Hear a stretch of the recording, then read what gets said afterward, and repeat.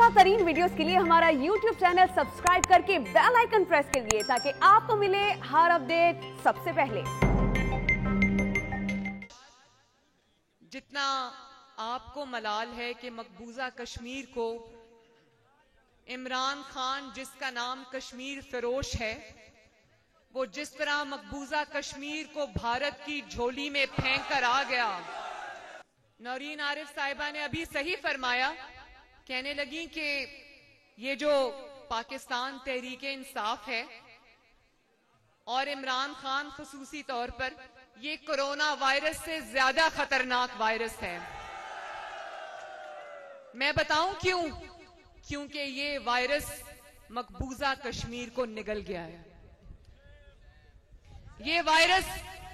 ये वायरस मकबूजा कश्मीर को भारत की झोली में फेंक कर आ गया है।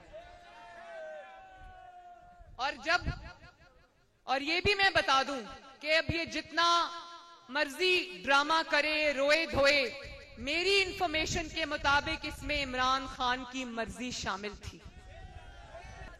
और मैं ये बात इसको कहना चाहती हूं कि कश्मीर को भारत की झोली में फेंक कर आने के बाद, कश्मीर फरोशी के बाद तुम क्या मुंह लेके कश्मीरियों के बीच में आ रहे हो?